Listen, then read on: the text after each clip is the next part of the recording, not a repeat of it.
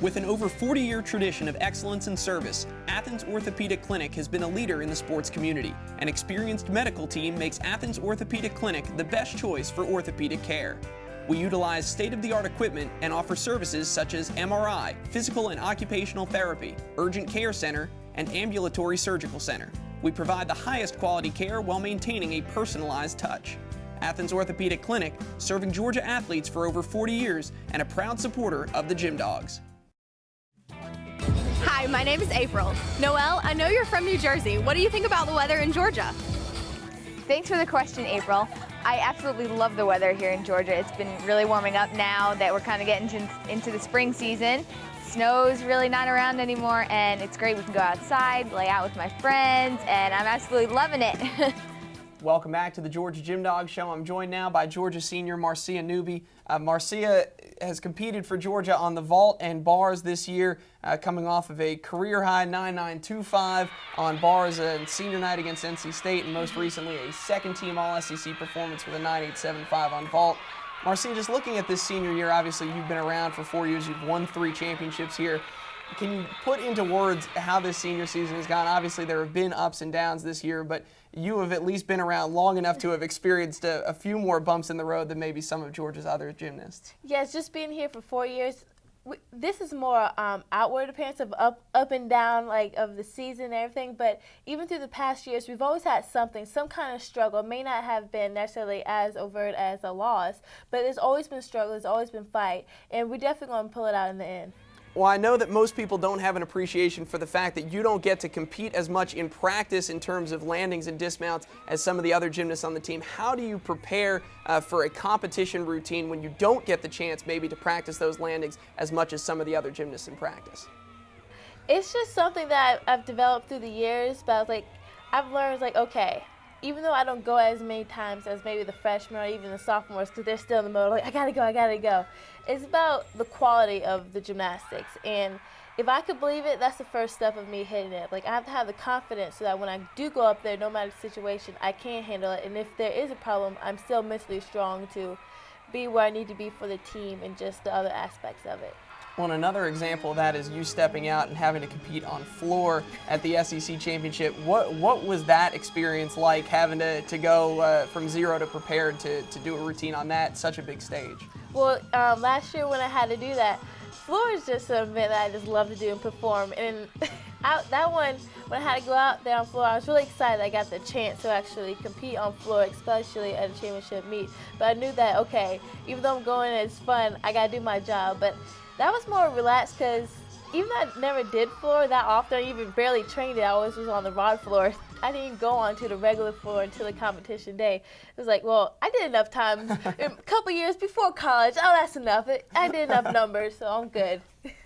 Well, this year for you has been so interesting for a couple of reasons, both what you've been able to do in the competition arena, but also off of it. Preparing for med school is a challenging enough proposition for someone that's not a student athlete. But how have you been able to balance the work that you need to put in to gymnastics with obviously preparing for the MCAT and preparing to enroll in medical school? Sometimes I don't know how I got it done. When I look back, it's okay, so this amount of time, that's more than 24 hours. But no, it was about even if I just had 15 minutes here or there, I always had my books with me. I'll be the person walking around campus with 20 books. What do you have all those books for? Because if I had 15 minutes, I want to take them out and start studying. So it was little things like that. And being another part of being mentally strong for gymnastics, I had to be mentally strong for school because even though I may get stressed out, I couldn't let that affect my gymnastics.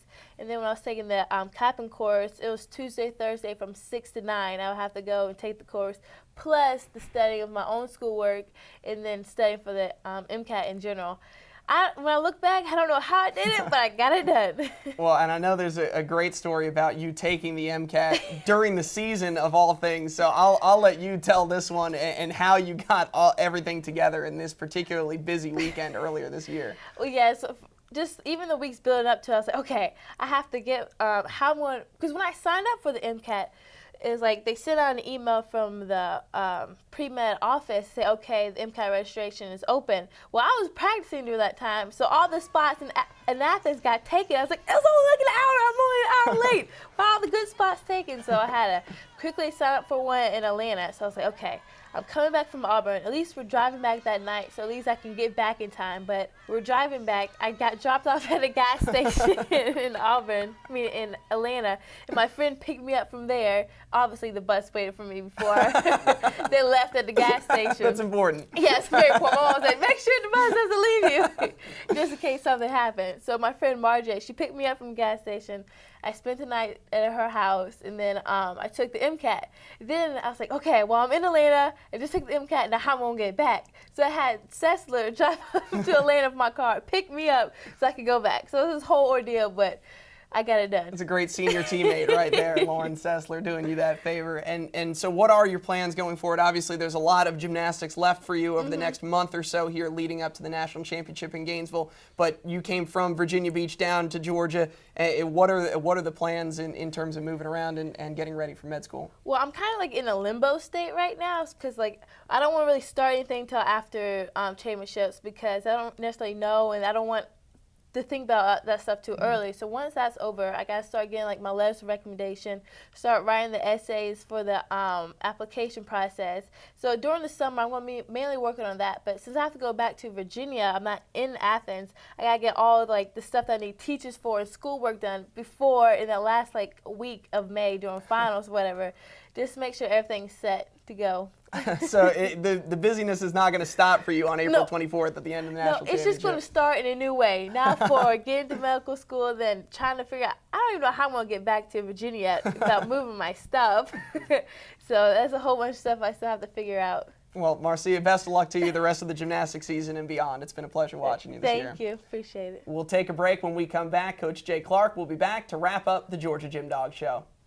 The Dismount of the Week brought to you by McDonald's Rich Velvety Hot Chocolate, and this week's dismount comes from the SEC Championship. Kat Ding's double layout on bars, earning her a 9.925 and her first Southeastern Conference individual title on bars. And that's Dismount of the Week, brought to you by McDonald's. Drop by drop, pure, refreshing. A trickle becomes a stream. Flowing from the source.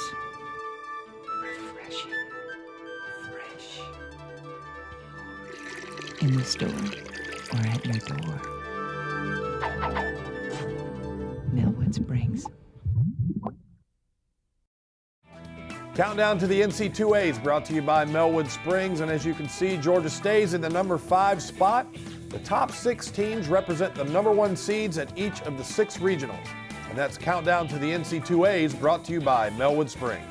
Welcome back to the Georgia GymDog Show. A reminder, the NCAA South Central Regional taking place in Columbia, Missouri, Saturday, April 10th. Coach, a talented field, 3 top 15 teams, and you get the impression this is going to be a great tune-up for what Georgia can expect in Gainesville. You get a really talented field right off the bat. Well, you know, this will be our second great tune-up, I think. So we know that we've got to do our job, and we know that we're competing against a great field, and we can't take anything for granted. And this team's it's time for this team to show up. Well, we'll have a full recap next week right here on the Georgia GymDog Show of that South Central Regional from Columbia, Missouri. For head coach Jay Clark, assistant coach Julie Clark, and senior Marcia Newby, I'm Kevin Kopp. Thank you so much for watching, and good night.